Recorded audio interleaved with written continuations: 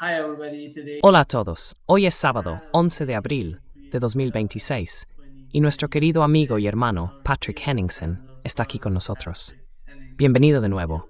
welcome back. Es un placer estar contigo, Nima. Let me start, Patrick, with the ongoing Permíteme empezar, Patrick, con las conversaciones en curso entre Estados Unidos e Irán. ¿Quién no participa en estas negociaciones? Parece, Patrick, que el plan fue preparado entre bastidores por la administración Trump, luego enviado a Turquía, Arabia Saudí, Egipto y Pakistán, y después a China. China hablando con los iraníes volviendo luego a Turquía. Pero después de todo, parece que todo el plan se basa, al menos según lo que hemos oído por parte iraní, en el hecho de Hormuz. Va a seguir siendo iraní. First of all, is the trade of Hormuz. It's going to remain Iranian. And they're talking about the war reparations. Y están hablando de reparaciones de guerra y sanciones, en realidad. Eso forma parte de su argumento en este momento. Desbloquear todos los activos congelados, ya sabes, y un alto el fuego permanente en todos los frentes de la región. Hasta ahora llevamos más de 5 horas. Creo que va a llegar a 6, y van a seguir negociando durante la noche. ¿Cuál es tu comprensión del problema principal, o diría, del asunto más importante, en lo que respecta a las diferencias entre las dos partes? Main important issue when it comes to differences between the two parties. I think, firstly, Creo que, bueno, ante todo, no hablo en nombre de la delegación iraní, pero mi impresión de ellos es que no esperan nada sustancial por parte de Estados Unidos. Esa es mi impresión. Tienes razón. Tienes razón. You're right, right? Pero están respetando el proceso. Y también quieren mostrar al mundo que están dispuestos a actuar como una potencia normativa en el sistema internacional, muy parecido a Rusia, muy parecido a China, pero a diferencia de Estados Unidos, que en este momento no es capaz de actuar como una potencia normativa. En los estudios de relaciones internacionales verás que el sistema tiende a inclinarse a favor de las potencias normativas, ya sean superpotencias o potencias de segundo nivel que pueden unirse o subirse al carro, como se dice en relaciones internacionales.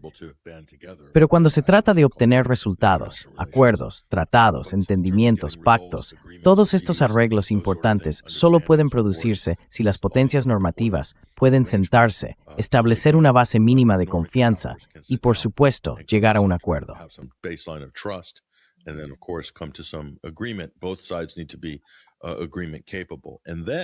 Ambas partes deben ser capaces de llegar a un acuerdo. Y luego, Nima, necesitas garantes, necesitas otros socios que garanticen el acuerdo después de eso. Todos estos son requisitos. Siempre lo han sido desde el inicio de las relaciones internacionales modernas. Pero el problema es que la administración estadounidense actual no cree que deba respetar, reconocer o admitir nada de lo que vino antes. En ese sentido, Donald Trump es como Pol Pot. Cuando fue investido, tenía una especie de mentalidad de Pol Pot, que es, este es el año cero, todo es diferente, vamos a desechar todas las tradiciones, vamos a hacer las cosas a nuestra manera, con nuestro propio estilo de negociaciones. Vamos a ser impredecibles, atrevidos, agresivos, vamos a cambiar de opinión.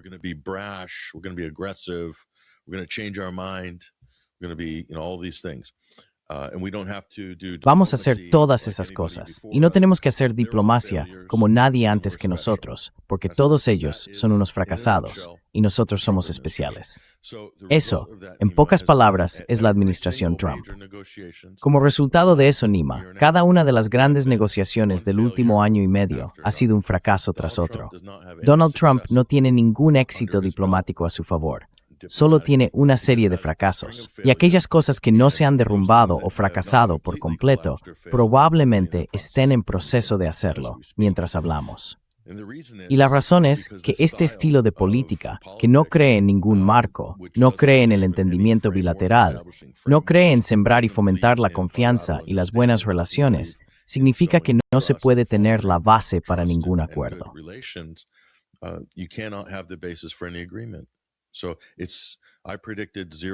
Así que predije una probabilidad de éxito del 0% antes de que esto comenzara.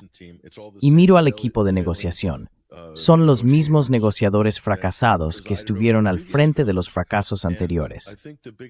Creo que la gran señal reveladora aquí, Nima, es que Estados Unidos, por alguna razón extraña, no está dispuesto a enviar a su principal diplomático, el que realmente ha sido confirmado por el Senado, el secretario de Estado. No está dispuesto a hacerlo. Entre estas figuras oficiales no oficiales, figuras civiles, días, amigas del presidente, y un flavisingament, a maiting que tiempo en absoluto, ningún nombre ejecutivo.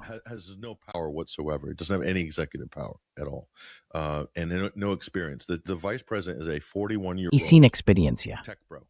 El vicepresidente es un tech bro de 41 años que escribió un libro superventas. Esa es su única cualificación previa. Pasó 2 años en el Senado, en realidad menos de 2 años, y luego se subió de inmediato al carro de la campaña de Trump porque Peter Thiel lo colocó allí, insistiendo en que fuera el candidato a la vicepresidencia de Donald Trump. Así que no pinta bien desde el lado estadounidense. Probablemente fracasará. Estados Unidos ha utilizado las negociaciones como tapadera para un ataque sorpresa de forma bastante constante, contra Irán, contra Rusia, contra Hezbollah y contra Hamas. Y cuando digo Estados Unidos, me refiero a Israel y a Estados Unidos. Así que hay un par de problemas estructurales que garantizan el fracaso.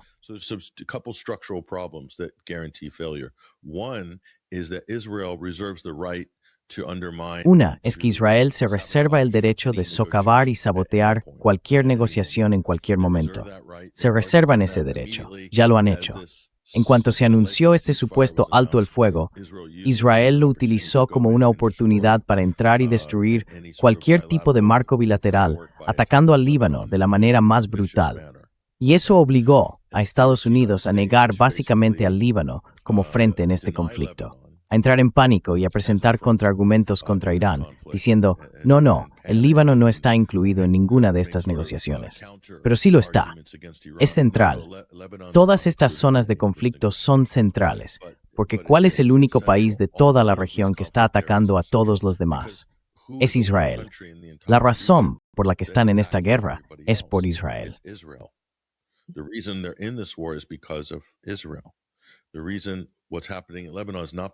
La razón por la que está ocurriendo lo que ocurre en Líbano no es por culpa de Hezbollah, sino de Israel.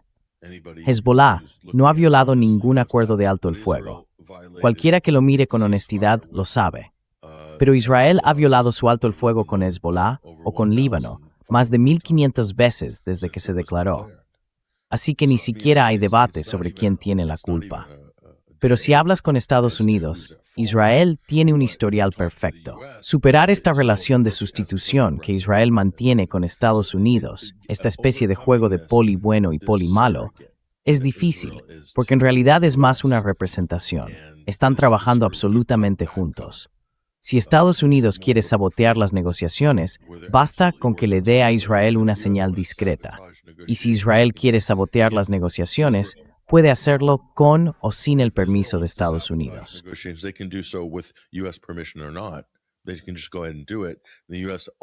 Pueden simplemente seguir adelante y hacerlo.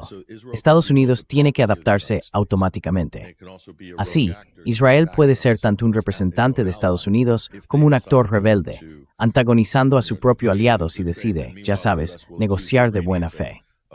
Mientras tanto, Estados Unidos acusará a los iraníes de ser tramposos, de no negociar de buena fe y todo lo demás, montar rabietas y usar diversas excusas para retirarse de las negociaciones o mantener exigencias maximalistas sin ofrecer ninguna concesión. Y yo sostendría que Ucrania desempeña exactamente el mismo papel en cualquier negociación entre Rusia y Estados Unidos sobre un acuerdo político en ese conflicto. Israel y Ucrania desempeñan prácticamente papeles idénticos.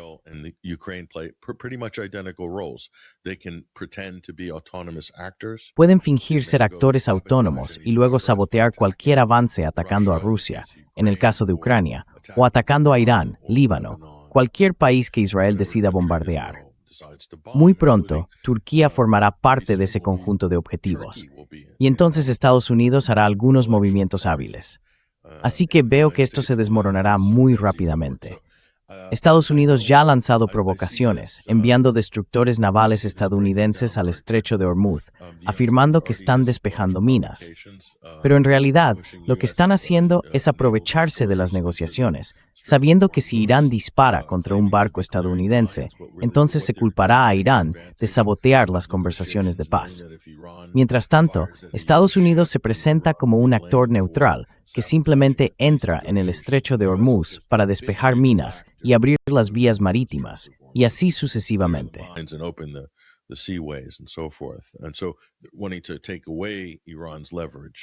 Y así, queriendo quitarle a Irán su poder de influencia. Y ahora es una guerra de información. Estados Unidos afirma que están haciendo esto, e Irán dice que no han pasado. No están compartiendo espacio en el estrecho, han sido advertidos y no han transgredido. Pero los medios estadounidenses ya han difundido la versión de Estados Unidos de que están allí, ya ha llegado a los titulares. Y eso es para crear presión y luego culpar a Irán de ser el problema, ¿ves? Así que esto es simplemente como va a ser. Sí, probablemente Irán no se sorprenda de que tenga que jugar constantemente esta partida de ajedrez con Estados Unidos. No hay ninguna posibilidad, con este presidente, con esta administración actual, de que haya negociaciones exitosas.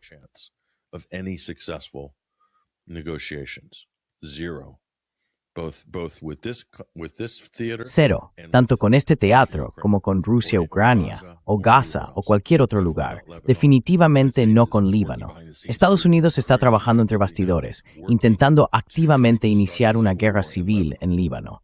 Eso es lo que Estados Unidos lleva haciendo desde hace meses, fomentar una guerra civil, y están decididos a conseguirlo. Esto es lo que Israel ha pedido a Washington. Israel ha pedido a Washington que ayude a provocar una guerra civil en Líbano porque cree que puede aprovechar el caos para lograr sus ambiciones de ocupar o reocupar el sur del Líbano y, con suerte, derrotar a uno de sus enemigos eternos, que es Hezbollah.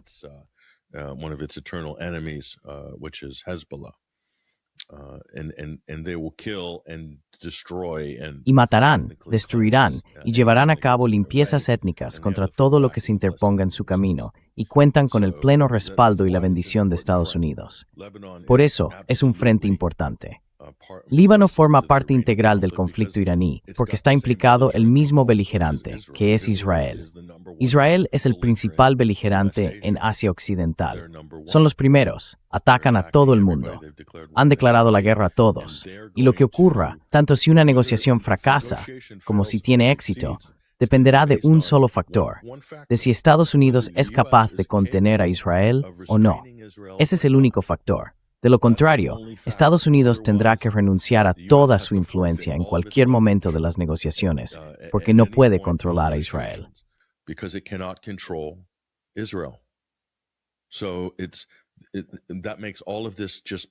Así que todo esto no es más que una pantomima, puro teatro. No puede tener ningún resultado sustancial, más allá de unas cuantas oportunidades para hacerse fotos y una pausa que permitirá a Estados Unidos e Israel rearmarse, recargar y atacar de nuevo. Y creo que necesitaban esta pausa. Estados Unidos e Israel necesitaban esta pausa. Irán no pedía un alto el fuego. Irán no necesitaba esta pausa. Estaba preparado, ya se había replegado. Quiero decir, agradece tener un respiro, pero como vimos con Israel y Hamas, Israel y Hezbollah, Estados Unidos e Irán, cada vez que se alcanza algún tipo de punto muerto, se aprovecha para preparar un ataque sorpresa. Estados Unidos e Israel no tienen ninguna intención de buscar la paz, ni de hacer ninguna concesión a Irán, a pesar de lo que se diga ahora en las noticias.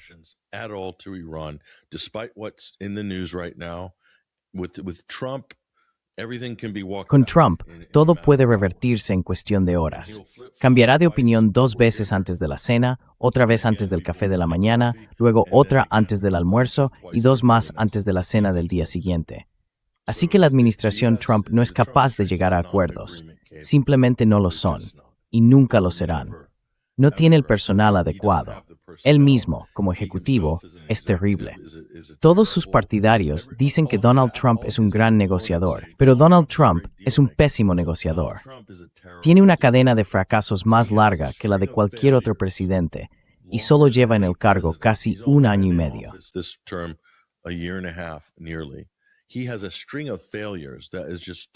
Tiene una serie de fracasos que es simplemente más acuerdos fallidos en un año y medio de los que cualquier presidente podría acumular en un mandato. Y todo lo que hace es acusar a los demás presidentes de haber firmado malos acuerdos. Luego se retira de tratados y acuerdos y él mismo no logra alcanzar ninguno nuevo con éxito. Todo lo que se obtiene es este largo y monótono conjunto de caos, desestabilización y guerra.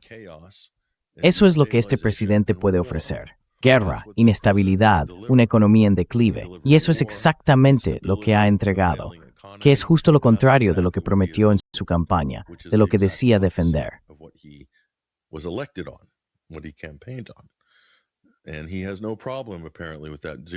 Y al parecer no tiene ningún problema con eso. Cero autoconciencia. No le importa lo que piensen los votantes. No le importa lo que piense su base. Básicamente ha expulsado y descartado a su propio grupo de apoyo.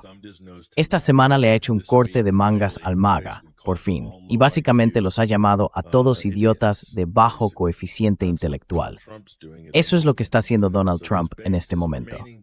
Así que su base, la que le queda, es Wall Street. Ladrones que hacen opciones de compra y de venta sobre el petróleo y las acciones según lo que Trump publica en Truth Social. Esa es parte de su base.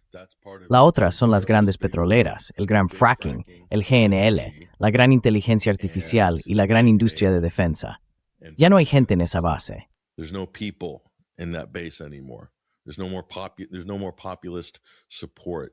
Ya no hay más apoyo populista. Donald Trump se ha deshecho de todo eso. Y ahora básicamente lo están sosteniendo esas facciones de la élite que acabo de mencionar. Los resultados son bastante previsibles, francamente.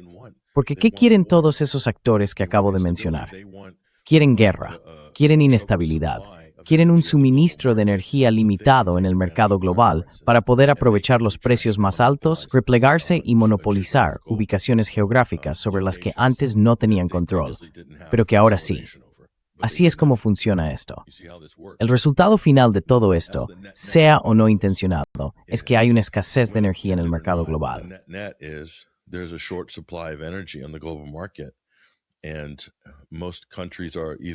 Y la mayoría de los países han visto cómo su energía ha sido robada por Estados Unidos o dañada y destruida por sus aliados, como Ucrania, que ha destruido alrededor del 30% de la capacidad de exportación de petróleo de Rusia. Entre Irán, Estados Unidos e Israel, un gran porcentaje de la producción del Golfo ha sido interrumpido o paralizado. Irán actuará en su propio interés, pero eso ya ha sido tenido en cuenta por Israel. Por eso Israel atacó el yacimiento de gas de South Pars, y por eso Estados Unidos pidió a Israel que atacara el yacimiento de South Pars, porque sabía que Irán respondería. La degradación general del Golfo beneficia a Estados Unidos. Es una política de suma cero. Beneficia a Estados Unidos, debilita al Golfo y debilita la producción energética en general. Eso podrá reconstruirse más adelante por parte de Estados Unidos e Israel.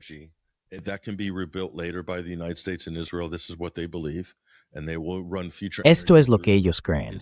Canalizarán la energía futura a través de Israel como centro energético. Ese es su plan. Mientras tanto, Estados Unidos consolidará, dominará y se beneficiará de la escasez global. Ahora tienen una participación mayor en Europa que antes. Así que el sabotaje del gasoducto Nord Stream fue una operación dirigida por Estados Unidos a través de la OTAN. Todo el que lo ha estudiado lo sabe. Lo expusimos con gran detalle en 21st Century Wire. Todavía tenemos los informes fijados en la parte superior de nuestra sección destacada sobre Nord Stream. El resultado neto de esta guerra en el Golfo Pérsico ha sido como un Nord Stream parte 2. La fuerza mayor qatarí sobre la producción y los envíos de GNL hacia el flanco sur de Europa ha supuesto otro golpe para Estados Unidos.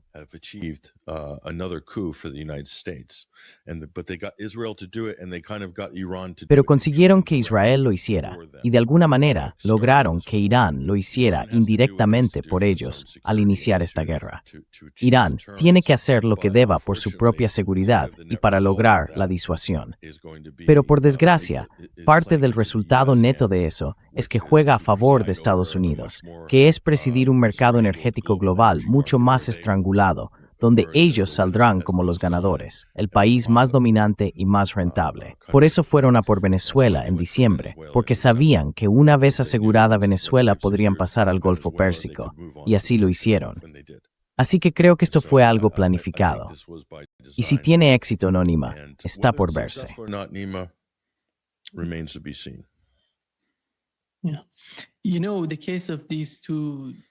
Sabes, el caso de esos dos destructores fue realmente interesante, porque intentaron hacerlos pasar por el estrecho de Hormuz. Luego tuvimos informes en el Washington Post que decían que ya habían pasado por el estrecho sin ninguna dificultad. Los medios iraníes lo negaron, diciendo que no había ocurrido nada parecido.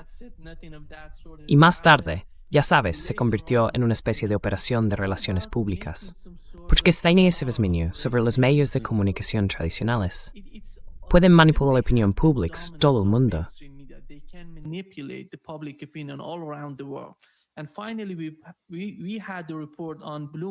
Y por último, tuvimos un informe en Bloomberg que decía que intentaron cruzar el estrecho de Hormuz, pero fueron rechazados tras una amenaza de la Guardia Revolucionaria Islámica. Pero básicamente, Patrick, creo que lo que realmente está mal en la administración Trump es que la cuestión clave es la diferencia entre un trato y un acuerdo. Hay una gran diferencia entre ambos. Un trato es algo como: sí, te vendo mi coche, no vamos a volver a vernos. O te vendo un edificio de apartamentos y asunto resuelto. Pero un acuerdo es algo en lo que te comprometes con alguien a trabajar en un tema en el que existen algunas diferencias. Como el Tratado INF entre Rusia y Estados Unidos, requiere la participación activa de todas las partes implicadas en ese acuerdo.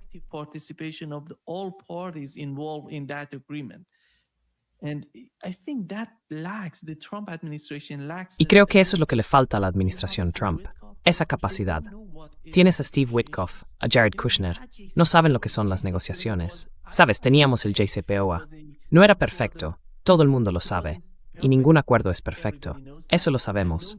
Pero fue un enorme esfuerzo diplomático por parte de Estados Unidos e Irán. Algo así no puede suceder ahora.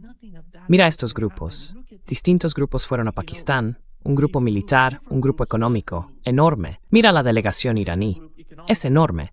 Tienen gente para cada área, para tratar cada cuestión en lo que respecta a las sanciones, el ámbito militar, la seguridad, todo. Pero no veo ese tipo de capacidad en la administración de Trump. Mencionaste por qué Marco Rubio no está allí. ¿Por qué es eso? Porque no es capaz. Nadie en la administración Trump es capaz de hablar y negociar, de llegar a acuerdos. Estas personas, en el mejor de los casos, son negociadores, de eso estoy hablando. Pero incluso en ese sentido, Donald Trump no confía en Marco Rubio. No confía. Envía a esos dos tipos incluso a Rusia. Ese es el problema.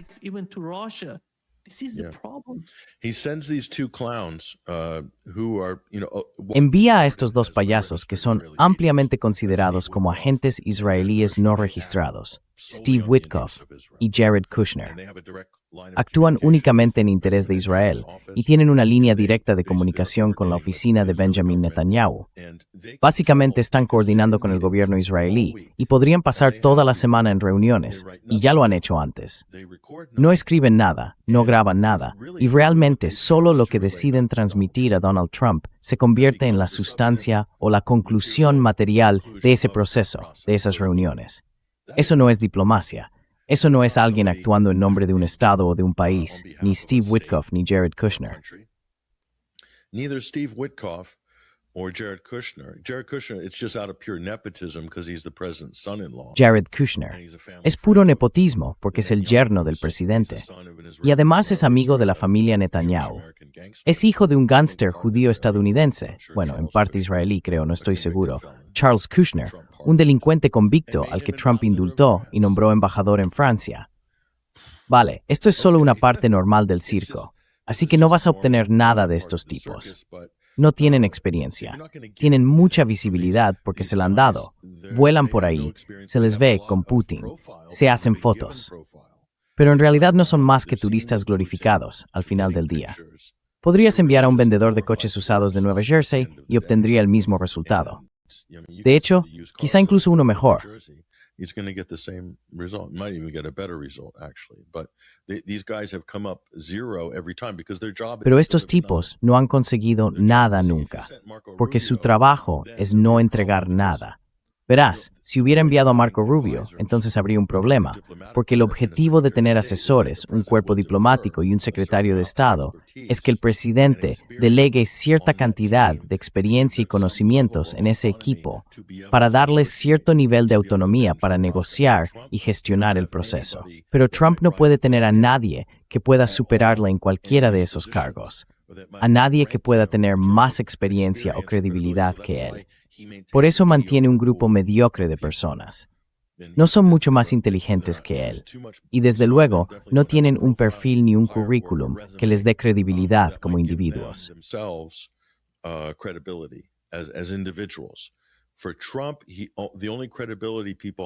Para Trump, la única credibilidad que tienen las personas de su equipo es que él las eligió, que las respaldó. Por lo tanto, están en su gabinete, en su círculo. Esa es la única credibilidad real que se les permite exhibir, sobre la que se les permite apoyarse. Este es el modo típico de un autócrata inseguro y servil de reunir, contratar y gestionar, básicamente. Puedes hacer eso en una empresa y más o menos salirte con la tuya, pero no puedes dirigir un país así. Y por eso Estados Unidos, como país, está fracasando bajo este presidente. Este presidente está llevando a Estados Unidos a la ruina, internacional, nacional y económicamente. No creo que eso sea discutible a estas alturas.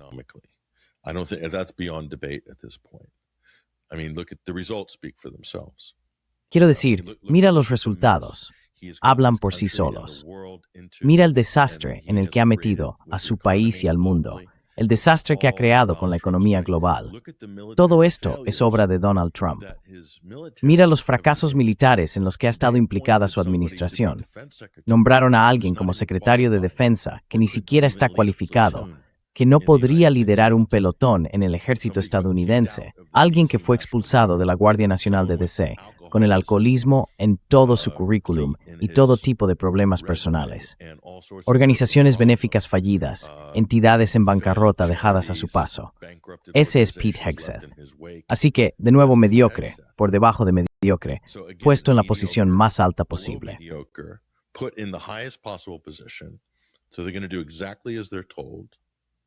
Así que van a hacer exactamente lo que se les diga, y punto. Luego lo que pasó fue, y todo esto llegó a un punto crítico la semana pasada, Nima, que esta operación, que rápidamente rebautizaron como una misión para rescatar a este piloto tras el derribo del F-15, en realidad era una especie de excusa conveniente para una operación destinada a capturar y extraer uranio enriquecido en Irán, en Isfahán. Y la prensa se ha negado a informar sobre ello. The Washington Post informó sobre la sesión informativa que recibió el presidente acerca de la operación, pero no informan sobre la operación en sí. Y la operación se activó. Pasó de la fase de planificación a la de ejecución durante esto.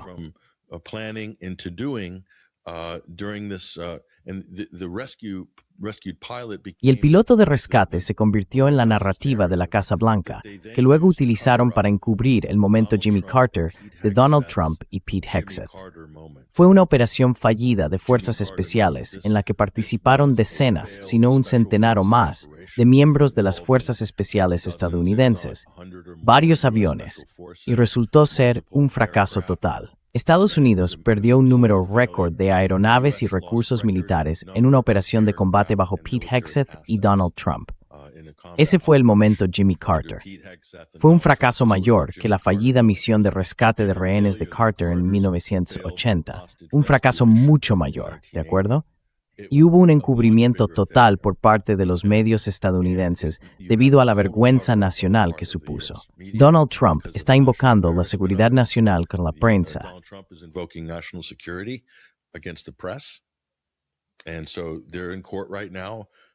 Así que ahora mismo están en los tribunales por permitir el acceso de la prensa al Pentágono. Quiero decir, así de mal están las cosas ahora con la administración Trump. en el ámbito militar, son un fracaso total. Consideran un éxito cosas como: hemos matado a todos estos iraníes, hemos volado todos estos hospitales, hemos destruido todos estos señuelos inflables, hemos arrasado esto, hemos arrasado aquello, y creen que eso es un éxito. Se aferran a esa idea. Pero tácticamente, creo que es un fracaso total para Estados Unidos. Esta desastrosa operación en Isfahán fue su momento Jimmy Carter, una enorme vergüenza. Están muy cerca de perder la misma cantidad de activos, en términos monetarios, que Biden perdió con la desastrosa retirada.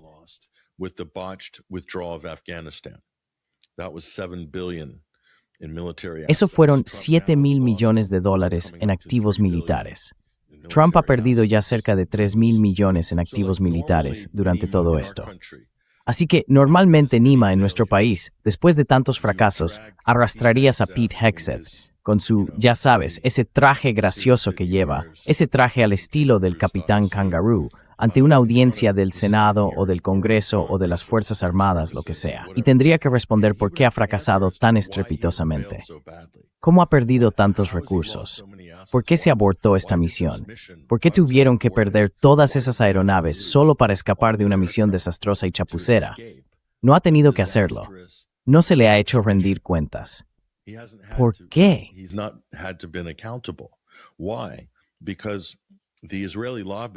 Porque el lobby israelí está trabajando muy duro entre bastidores en Washington en este momento para hacer control de daños, y están presionando a todos los miembros clave de los comités para que no reduzcan la presión en cuanto a, o incluso los esfuerzos de destitución por parte de los demócratas. El liderazgo demócrata, con el lobby israelí detrás, está siendo presionado. Les dicen no vayáis ahora por la enmienda 25, porque si no la conseguimos, será una derrota. Y no queremos una derrota de cara a las elecciones de mitad de mandato. Eso no es solo política, eso es AIPAC. Y el lobby israelí están haciendo una intensa labor de presión entre bastidores para determinar qué van a hacer nuestros legisladores y qué harán o no harán en relación con Donald Trump y esta guerra desastrosa.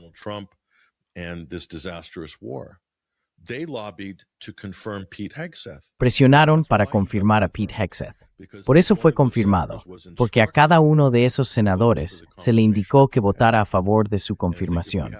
Y creo que si tuviéramos una investigación completa, descubriríamos el contenido exacto de esos mensajes y cartas. Eso debería suceder, porque se trata de un nivel de injerencia extranjera sin precedentes. Tenemos un país extranjero, un gobierno extranjero, que básicamente está decidiendo quién va a formar parte del gabinete de una administración estadounidense. Y ese mismo gobierno extranjero ha arrastrado a Estados Unidos a una guerra de elección que ha sido un desastre absoluto de principio a fin.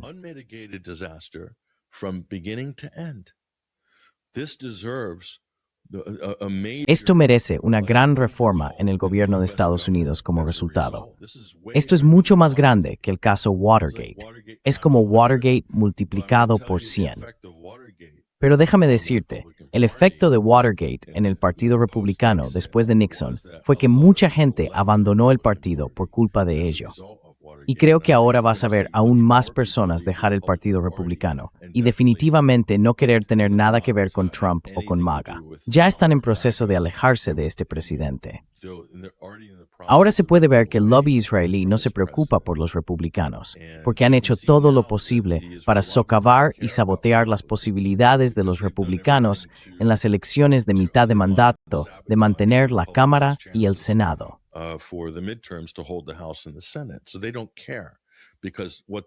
Así que no les importa, porque lo que querían era esta guerra. Israel necesitaba esta guerra. La necesitaban ahora porque saben que la ventana de oportunidad se está cerrando para el tipo de apoyo que podrían obtener de un presidente como este. Esta es su última oportunidad para tomar la tierra que desean, eliminar a los liderazgos y gobiernos de la región que no les gustan y destruir la infraestructura de posibles rivales. Israel ve a Trump como su última oportunidad para hacerlo. Saben que las actitudes están cambiando después del 7 de octubre de 2023 y que Israel nunca volverá a gozar de favor. A partir de ahora, todo irá cuesta abajo para Israel. They know that, so they've used Trump to try to Lo get saben, así que han utilizado a Trump para intentar conseguir lo que puedan. Arrastraron a Estados Unidos a esta guerra. Y por supuesto, siempre ha existido una facción neoconcionista en Estados Unidos que siempre ha querido esta guerra contra Irán. Solo estaban esperando el momento, representados por los Lindsey Graham del mundo. Pero eso es, en realidad, lo que está ocurriendo. Y no son solo ellos. Muchos demócratas también quieren esta guerra. El grupo de Hillary Clinton, el de Nancy Pelosi, el de Chuck Schumer, son muy agresivos y muy pro-israelíes. in terms of and very pro-Israel, obviously. So this is the problem. We have a problem in the U.S. political system. Así que este es el problema. Tenemos un problema en el sistema político de Estados Unidos. Ya no existe una oposición viable a nada de esto. El lobby israelí y otros intereses del complejo militar industrial han conseguido básicamente cooptar, dirigir y crear células de oposición controlada bajo el gran paraguas de un sistema bipartidista. Y este es el resultado final. Lo estamos viendo ahora. Así que, volviendo al punto original, Nima, por esta razón, no veo ninguna esperanza de negociaciones de paz aquí. Pero sí veo algo. Veo un nivel de madurez por parte de Irán y también una ausencia de ingenuidad en Irán que sí percibo en Rusia. Y Rusia ha manejado a Trump como a un violín en las negociaciones sobre Ucrania. Russia has played Trump like a fiddle on the Ukraine negotiations. And Russia has basically said, bring your fake Y Rusia básicamente ha dicho, traed a vuestros diplomáticos falsos. Los recibiremos. Nosotros tenemos a nuestro empresario, no es un diplomático oficial. Podéis tomar caviar, haremos unos buenos banquetes en Moscú, conseguiréis buenas fotos y algunos titulares, pero nosotros vamos a ocuparnos de los asuntos reales y hacer lo que tengamos que hacer sobre el terreno en Ucrania, punto. Y con Irán pasa lo mismo. Dicen, de acuerdo, seguiremos con el teatro de las negociaciones, pero nos estamos preparando para vuestro próximo ataque. Nos estamos preparando para asegurar nuestros intereses en la región. Estamos comprometidos y simplemente vamos a seguir adelante. Continuad con vuestro teatro, continuad con vuestros intermediarios. And go ahead with your proxies. And so this is a level of realism. Y así, este es un nivel de realismo que se ha afianzado en Teherán. Y como bien sabes, el resultado final es que si Occidente esperaba que los reformistas o quien fuera surgieran como algún tipo de bloque viable en Irán, eso no va a suceder. Y lo mismo ocurre en Rusia. El bloque liberal, pro-LGBT, pro-liberal, pro-esto, pro-aquello en Rusia, el bloque de Navalny, o como se le quiera llamar, tampoco va a suceder. Así que lo que han hecho es polarizar aún más la situación, pero también han fortalecido a Rusia, han fortalecido a China. Estados Unidos ha fortalecido a Irán e Israel también a través de sus propias acciones. Los han fortalecido y les han forzado la mano.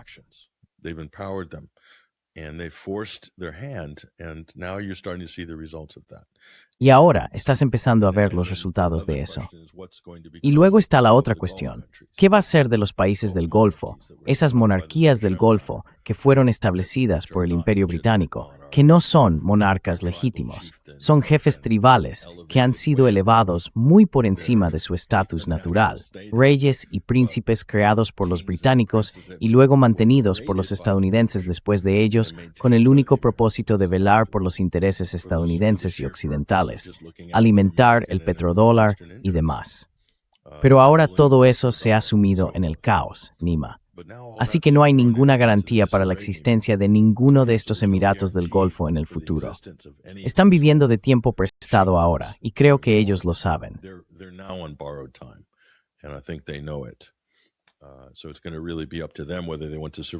Así que realmente dependerá de ellos si quieren sobrevivir. Parece que Qatar ha sido probablemente el más pragmático hasta ahora. Qatar ha visto lo que se avecina y está diciendo, en realidad, queremos sobrevivir, así que vamos a cambiar nuestras políticas ahora en lo que respecta a nuestras relaciones con Estados Unidos. Y eso va a ejercer presión sobre los demás estados del Golfo para que decidan qué quieren hacer también.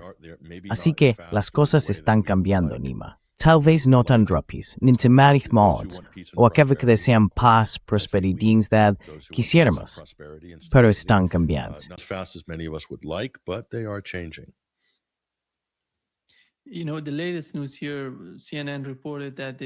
Sabes, las últimas noticias aquí. CNN informó que las conversaciones continuarían esta noche y quizá mañana sigan con las negociaciones. Pero el principal problema, al parecer, es cómo gestionar esto ante todo. Estados Unidos está sugiriendo a la parte iraní que pueden hacerlo junto con Irán. Es increíble oír eso. No va a suceder. Creo que nunca, Irán aceptaría eso. Si vuelven a la peor guerra, no lo van a aceptar. Pero creo que al final van a llegar a algún tipo de solución, en mi opinión.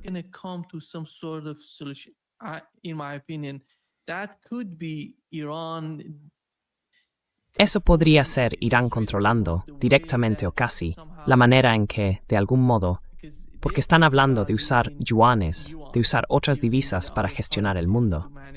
Quizá las negociaciones vayan en esa dirección, hacerlo de una forma que, ya sabes, influya en el dólar, ¿sabes? Sin influir demasiado en el dólar. Creo que toda la opinión se va a mover en esa dirección, si insisten en su posición de influir de algún modo en el estrecho, o sobre todo en las rutas comerciales. No veo que ocurra nada más allá de eso.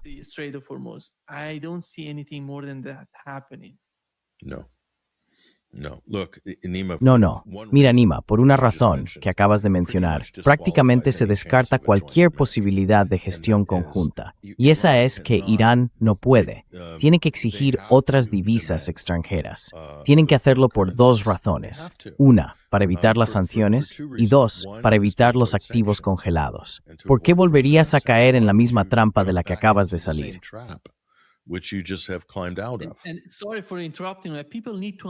Perdón por interrumpir. La gente tiene que entender que Irán está sometido a sanciones tremendas. No han podido usar dólares estadounidenses durante más de 46 años. Eso es enorme. Mucha gente no se da cuenta de eso. No pueden comprar nada, ni siquiera medicinas, nada, con dólares. Adelante, perdón por interrumpir. Go ahead. Sorry for interrupting. Yes, exactly. And so that's just Sí, exactamente. Simplemente no hay manera. Estados Unidos querrá, automáticamente harán negocios en dólares si el país gestiona conjuntamente con ellos. No hay forma de que Estados Unidos participe en algo que no implique dólares. Eso es lo primero. Lo segundo es, ¿por qué los iraníes renunciarían a todas las ventajas estratégicas que acaban de conseguir con tanto esfuerzo y derramamiento de sangre? Una de ellas es la eliminación total de la presencia militar estadounidense en el Golfo Pérsico. Ya lo intentaron con los rusos, diciéndoles, Rusia, tenéis que retiraros de estas líneas, tenéis que renunciar a esto, y no podéis tener aquello.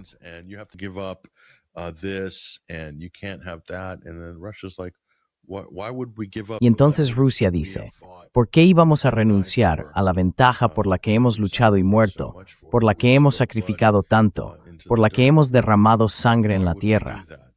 ¿Por qué íbamos a hacer eso? ¿Y quién eres tú para exigirnos que lo hagamos, solo porque estamos ganando? Verás, Estados Unidos no puede ganar. Estados Unidos puede anunciar que ha ganado diciendo lo que ha destruido, o diciendo lo duro que ha castigado a Irán, o cuánto le ha hecho sufrir. Pueden proclamar la victoria. Pero la realidad es que los Estados Unidos de América están a muchísimos miles de kilómetros de distancia, y ese no es su terreno.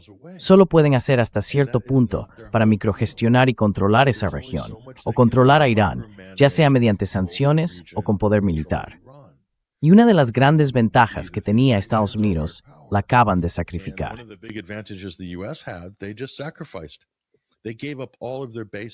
Renunciaron a todas sus bases en la región por Israel.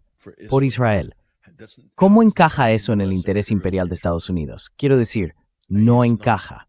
Así que Israel consideró que era una apuesta que estaba dispuesto a asumir y básicamente obligó a Estados Unidos a entrar en esa jugada al abrir un nuevo frente en esta guerra. Y ya sabes, se podría decir que Estados Unidos ha tenido operaciones de planificación conjunta con Israel, pero tenemos que atenernos a la narrativa oficial, porque al final del día, esa es la narrativa legal de esta guerra.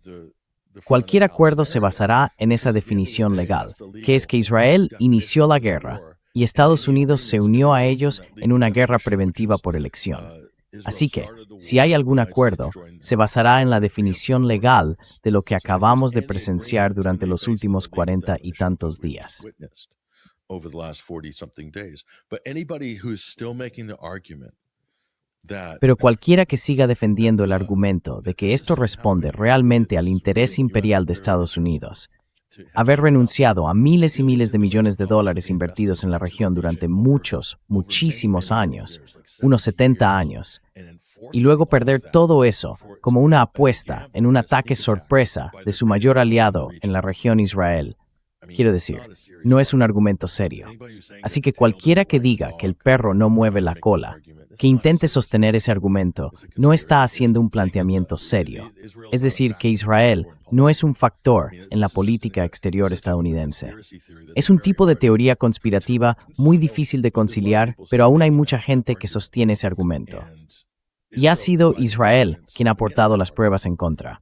Han obligado a Estados Unidos a sacrificar sus posiciones militares en 17 bases, todo.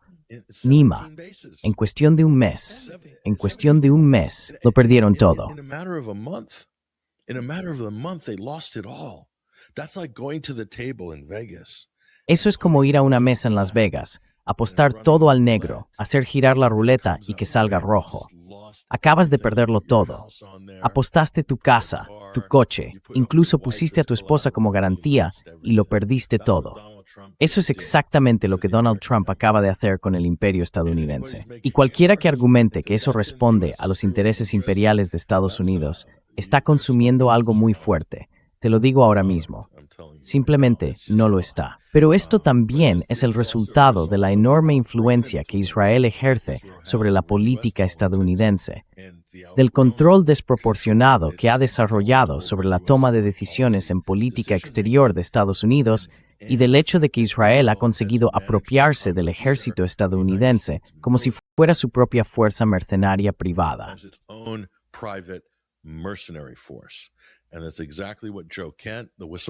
Y eso es exactamente lo que dijo Joe Kent, el denunciante y ex jefe de contraterrorismo de Donald Trump, cuando dimitió en su carta. Y esto es lo que mucha gente está diciendo ahora en Estados Unidos. No quieren luchar como mercenarios por un Estado extranjero, en este caso Israel. Y esto es exactamente lo que está ocurriendo. Es un desastre, Nima. Quiero decir, podemos maquillarlo, podemos seguir el juego, podemos hablar de negociaciones, pero no podemos olvidar el hecho. Esto es enorme, es como una derrota histórica, un colapso histórico para los Estados Unidos de América. Y Donald Trump fue el hombre que hundió este Titanic, chocó contra el iceberg.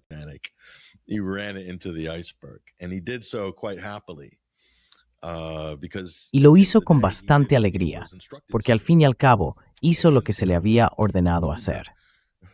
Y ya sabes, cuando la persona que dirigía el barco era Bibi Netanyahu, acabamos de enterarnos de esto por el informe del New York Times de esta semana, él llegó a Washington el 11 de febrero. El día que yo estaba en Teherán, Bibi aterrizó en Washington y se sentó a la cabecera de la mesa en una sala especial de planificación de mando, dando órdenes a todo el mundo. Entonces, Estados Unidos es realmente una superpotencia. ¿Quién es la superpotencia política? ¿Quién está al mando de la superpotencia? ¿Es Trump o es Netanyahu? ¿Quién tiene más poder? ¿Quién toma las decisiones? No es Trump, es Netanyahu.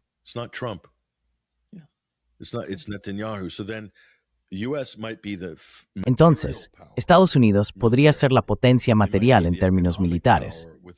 Podría ser la potencia económica, con el dólar como moneda de reserva que le permite endeudarse para financiar su enorme ejército. Pero políticamente, ¿quién tiene el poder? No son los Estados Unidos. El consenso en Estados Unidos se inclina automáticamente hacia Israel. Lo que quiere Israel, lo que quiere el lobby israelí y lo que quiere la oficina de Benjamin Netanyahu. Ese es el poder político en este acuerdo. Así que yo sostendría que se trata de un poder bifurcado. Estados Unidos e Israel están, por así decirlo, unidos por la cadera, y la cola mueve al perro al 110%. Cualquiera que argumente lo contrario, en mi opinión, no debería ser tomado en serio. John Kerry said that in his latest interview. John Kerry dijo en su última entrevista que Benjamin Netanyahu quería que la administración Obama atacara a Irán. Quería que Joe Biden atacara a Irán. Quería que George W. Bush atacara a Irán. Se lo pidió a todos los presidentes de Estados Unidos. Creo que el coronel Wilkerson dijo algo sobre cómo este tipo, Benjamin Netanyahu, es un genio cuando se trata de manipulación, cuando se trata de manipular la política interna en Estados Unidos.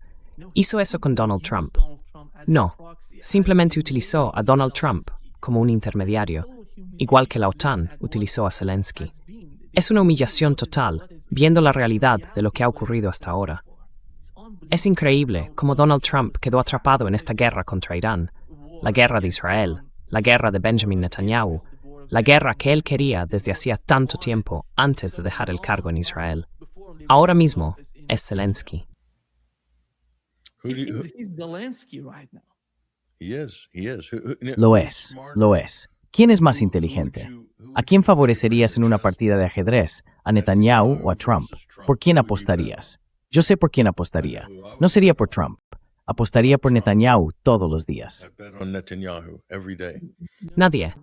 And so Trump is like Zelensky in the sense that Trump es como Zelensky en el sentido de que Zelensky es un actor de telerrealidad que fue llevado a la presidencia, controlado por oligarcas y por Israel. Hay una enorme influencia israelí en Kiev, especialmente sobre Zelensky. Y Donald Trump es un actor de telerrealidad que fue llevado a la presidencia, controlado por oligarcas y por Israel. ¿No es asombroso? Los dos peores desastres geopolíticos del mundo tienen como protagonistas a estas dos personas con perfiles casi idénticos. Probablemente ambos sean incompetentes, ambos son narcisistas y ambos solo son buenos en una cosa: cuidar su propia imagen y microgestionar cualquier escena en la que se encuentren en un momento dado.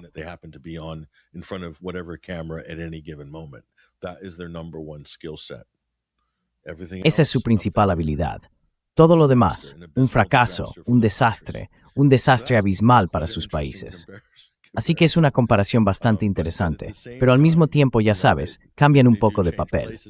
A Ucrania se le permite ser el perro de ataque rebelde, atacar a Rusia cuando y como sea, para obstaculizar cualquier negociación de paz. Ese es el papel que desempeñan. Y también para ayudar a perturbar la industria energética rusa. Y del mismo modo, Estados Unidos permite que Israel se permite a sí mismo ser ese acto rebelde, atacar, socavar las negociaciones y golpear cualquier infraestructura energética de la región para estrangular el suministro global.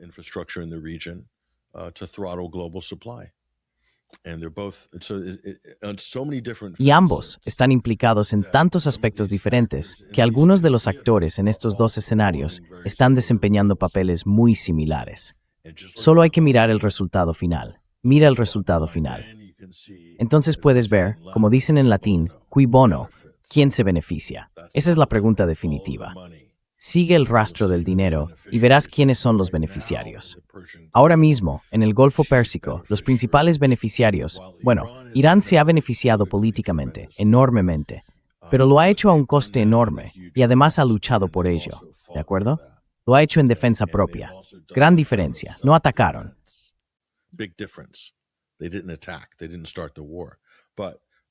Ellos no iniciaron la guerra. Pero, en el ámbito económico, los otros beneficiarios son la industria petrolera y gasística de Estados Unidos, el mercado bursátil estadounidense, los bancos y Wall Street. Se han beneficiado enormemente. Están ganando mucho dinero, y el propio presidente se ha beneficiado personalmente, al igual que su familia y su círculo más cercano, de sus tweets, de sus cambios de política y del caos y desastre general que representa este conflicto. Así que eso ya no está en debate a estas alturas.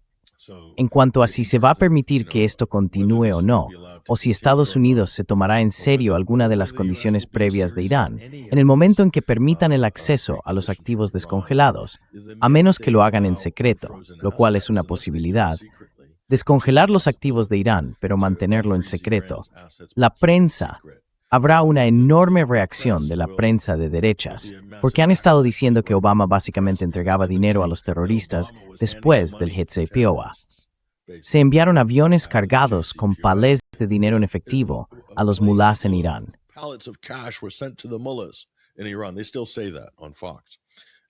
Todavía dicen eso en Fox, que se hizo para financiar el terrorismo. Se hace para financiar el terrorismo, ya sabes.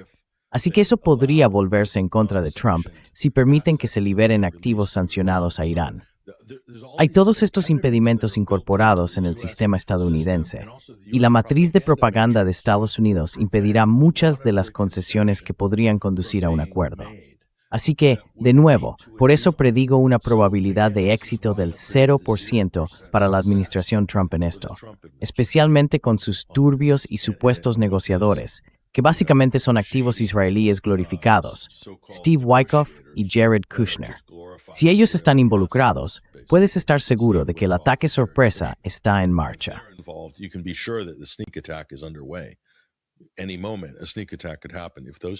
En cualquier momento podría producirse un ataque sorpresa. Si esos dos están implicados, están transmitiendo información a Israel y probablemente vendiendo un paquete completo a Trump, porque su prioridad, la prioridad de Steve Witkoff y Jared Kushner, no es Estados Unidos, no es Donald Trump, no es el pueblo de Estados Unidos. Su prioridad, por encima de todo, es entregar lo que Israel necesita y lo que Israel quiere. Y me gustaría ver a alguien argumentar lo contrario. So this is en mentu balal y en su humbersto xnaing. No man for greg from matter for soulbo flying. Y sé que la fiment skiing grow braid. Creo es irrefutable. That statement I've just made, I think, is irrefutable. Patrick, there was a report on CNN. Patrick, hubo un informe en CNN, un informe exclusivo, que decía que la inteligencia estadounidense indica que China se está preparando para enviar un cargamento de armas a Irán. Parece que hay algún tipo de comunicación entre Irán y Rusia. Hoy, por ejemplo, vimos un avión de carga iraní C-130 sobre Teherán, así que algo está ocurriendo. Estas 2 semanas de alto el fuego no van a ser solo un descanso para los israelíes y los estadounidenses, sino también, ya sabes, beneficiosas para los iraníes. Pero, ¿crees que si el informe es cierto, si no se trata simplemente de una acusación falsa, significa que China realmente se está preparando? Hemos sabido que China ha estado intentando convencer a Irán de continuar con estas negociaciones, ¿verdad? Ahora bien, si los informes son precisos, ¿está China planificando la posibilidad de que las negociaciones fracasen para entonces moverse en otra dirección?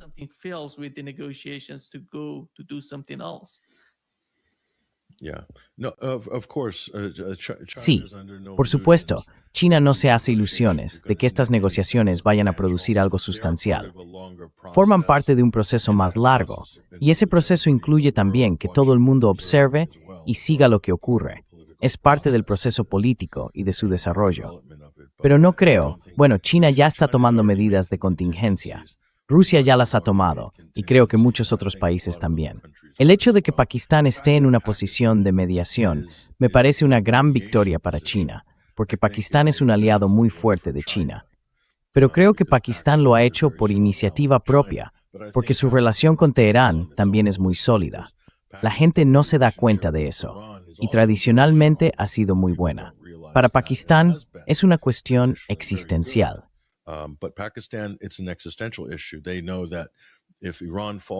Saben que si Irán cae, ellos serán los siguientes, porque ya han sido amenazados por los israelíes. ¿Ves? No se puede permitir que un país islámico tenga un arma nuclear en Teherán, en Asia, y por eso fue una amenaza directa para Pakistán. Así que obviamente, para ellos es un interés directo. Pero en general, creo que China no tiene prisa, aunque le gustaría ver una resolución sobre este asunto. Y por supuesto, también tienen preocupaciones energéticas, pero China seguirá sobreviviendo, incluso si hay un estrangulamiento del Golfo Pérsico durante los próximos 6 meses. Será un desastre para la economía global, pero China sobrevivirá. Será difícil, pero se las arreglarán, lo gestionarán. No puedo decir lo mismo de muchos otros países, especialmente de Europa Occidental. Es una historia completamente distinta. Así que ya veremos.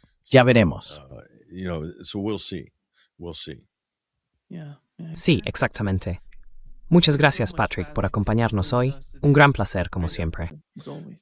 Un placer, Nima. Cuidad, Sriseo Lomisor. Sí, antes de terminar, por favor visita 21st Century Wire y puedes seguir a Patrick en su Substack en patrickhenningsen.substack.com. Justo debajo de su nombre, puedes ver su Substack junto con 21st Century Wire. Y luego mencionad mi canal de YouTube. Poned el enlace en la descripción. Y si podéis dar me gusta y suscribiros a nuestro canal de YouTube, estamos muy censurados en YouTube. Cualquier ayuda, me gusta, suscripciones, seguidores, sería enorme y os agradeceríamos mucho que pudierais hacerlo. Así que, gracias. Yeah, sure. Sí, claro, claro. Pondré todos los enlaces en la descripción de este video justo después de esto. After this. Gracias. Muchas gracias. Gracias.